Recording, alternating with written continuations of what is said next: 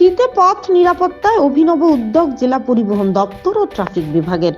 সড়ক দুর্ঘটনা রোধে এবং দুর্ঘটনাজনিত মৃত্যুর হার কমানোর লক্ষ্যমাত্রা নিয়ে রাজ্য সরকার বহুমুখী গ্রহণ করে কাজ করছেন।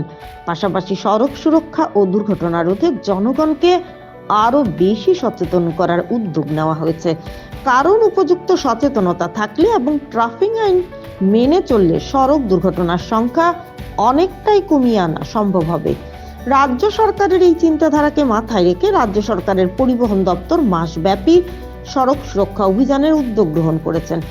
তারই অঙ্গ হিসেবে মঙ্গলবার উত্তর জেলার পরিবহন দপ্তরের উদ্যোগে এক সড়ক সুরক্ষা অভিযান ও হেলমেটবিহীন বাইক আরোহীদের হেলমেট প্রদান কর্মসূচি সংগঠিত হয় ধর্মনগরের বিবেকানন্দ রোড স্থিত ট্রাফিক পয়েন্ট চত্বরে। এদিন এই অভিযানে উপস্থিত ছিলেন জেলা পরিবহন দপ্তরের এমভিআই অভিষেক মালাকার এবং ট্রাফিক পুলিশ আধিকারিক অতিকা রঞ্জন দাস সহ দপ্তরের আধিকারিকগণ।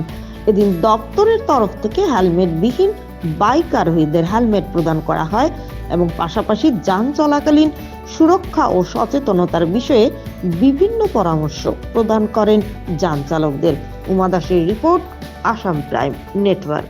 এক মাস ব্যাপী পুরো ভারতবর্ষ সঙ্গে ত্রিপুরাতে আমাদের রোড সেফটি মান্থ অবজারভেশন হচ্ছে। এতে ওইটারই পার্ট হিসাবে আমরা আজকে রোড সেফটি অ্যাওয়ারনেস ক্রিয়েটের জন্য আমরা enforcement special enforcement with police আর সঙ্গে আমরা হেলমেট ডিস্ট্রিবিউট করছি।